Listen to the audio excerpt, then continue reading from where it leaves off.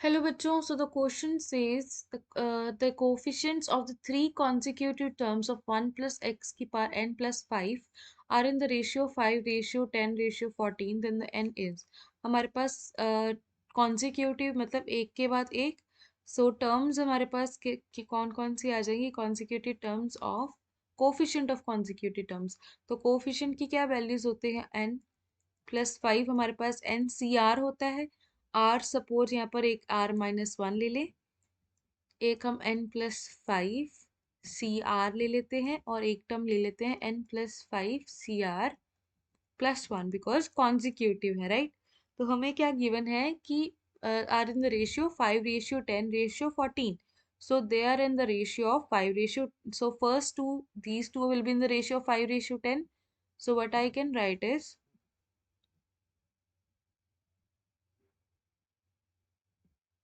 this implies according to the question n plus 5 cr minus 1 upon n plus 5 cr is equals to 5 by 10 cutting करेंगे हमारे पास 1 by 2 आ जाएगा, right. So when I put the value what I get is हमारे पास जो concept लगेगा, की concept जो लगेगा वो हो जाएगा।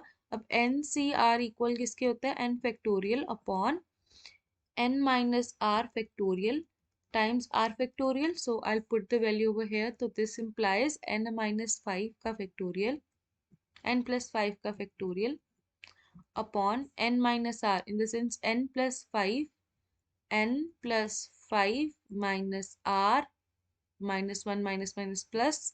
So that will be 6. यहाँ पर आ जाएगा n minus r 5 plus 1 6 या यहाँ पर हम लिख लेते हैं n माइनस, यहाँ पे बिकॉज कट हो जाएगा। So rather than solving this what do we do is n plus 5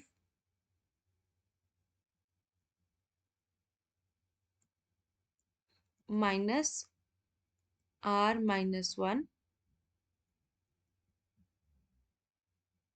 या this will be r minus, या सो इसका फैक्टोरियल टाइम्स r माइनस 1 का फैक्टोरियल। डिवाइडिंग किसके साथ करनी है हमें, n प्लस 5 का factorial upon r factorial times n plus 5 minus r factorial. So what do we do now is we'll do the cancelling। यहाँ पर कैंसिल करते हैं तो हमारे पास ये आ जाएगा। सिमिलरली अगर इसको सॉल्व करते हैं हमारे पास ये आ जाएगा, इसको सॉल्व करने पे आ जाएगा r, ऊपर चला जाएगा r फैक्टोरियल। r फैक्टोरियल की जगह लिख सकते हैं r minus r of r minus 1 का factorial times n plus 5 minus r का factorial dividing by n plus 5 minus of r minus 1 का फैक्टोरियल टाइम्स r माइनस 1 का फैक्टोरियल। दैट विल बी, यहाँ पर ये कैंसल आउट हो जाएगा and what will be left with, और ये भी हमारे पास टर्म्स कैंसल आउट हो जाएंगी। This implies what will be getting is r upon n minus r plus 6 आ जाएगा। इसको सॉल्व करने से हमारे पास माइनस माइनस प्लस हो जाएगा, या आ जाएगा n minus r plus 6, right. So इसको मैं बताती हूँ कैसे किया है, सेकेंड ये फिर let me just explain it elaborately. तो यहाँ पर आ जाएगा मेरे पास r टाइम्स n माइनस, इसको लिख सकती हूँ n माइनस r प्लस 5 का फैक्टोरियल, राइट। सिमिलरली नीचे आ जाएगा n plus n minus r plus 6, ये हो जाएगा n minus r, this implies n minus r plus 6 हो जाएगा यहाँ पर अब का फैक्टोरियल। नाउ यहाँ पर प्लस 5 है, यहाँ पर प्लस 6 है, क्या इसको मैं लिख सकती हूँ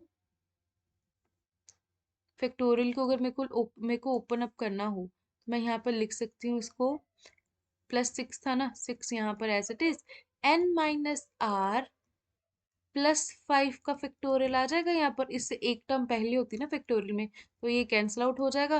व्हाट इक्वल, ये इक्वल टू 1/2 है। Let this be equation 1। Right now let's look for the second part, that is 10/14। तो सेकेंड पार्ट क्या है हमारे पास? सेकेंड पार्ट के लिए आ जाएगा n+5, लिखते हैं now n+5 CR/n+5 CR+1 is equals to 10/14. Right, similarly I'll be opening this whole term like this, applying this one formula. तो अगर इसको ओपन की करा जाए तो हमारे पास वैल्यू आ जाती है R+1/n-R+5 is equals to 5/7.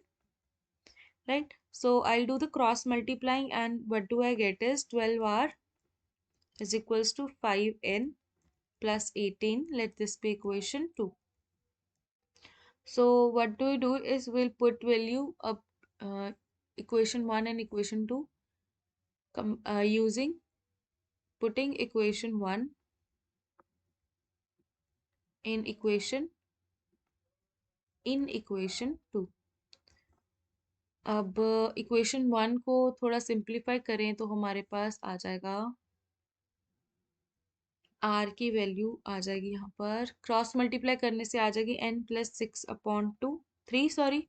अब इसको पुट करेंगे, this implies 12 times n+6/3 is equals to 5n+18. Right, this implies 4n+24 is equals to 59, 5n+18.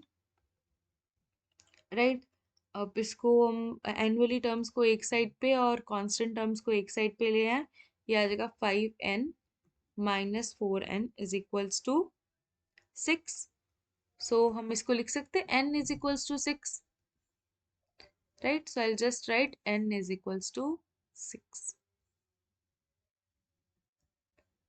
हमसे n की वैल्यू पूछी थी, so we got the answer, that is n equals to 6.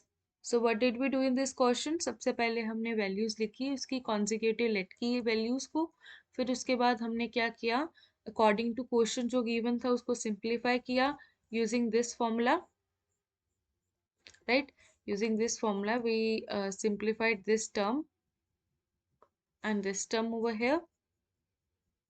Right, so simplification के बाद हमारे पास दो equations है, equation 1 और इक्वेशन 2, उन दोनों का हमने पुट किया कंबाइन करके, and we got the answer, that is n equals to 6. I hope you understand it well. Best of luck.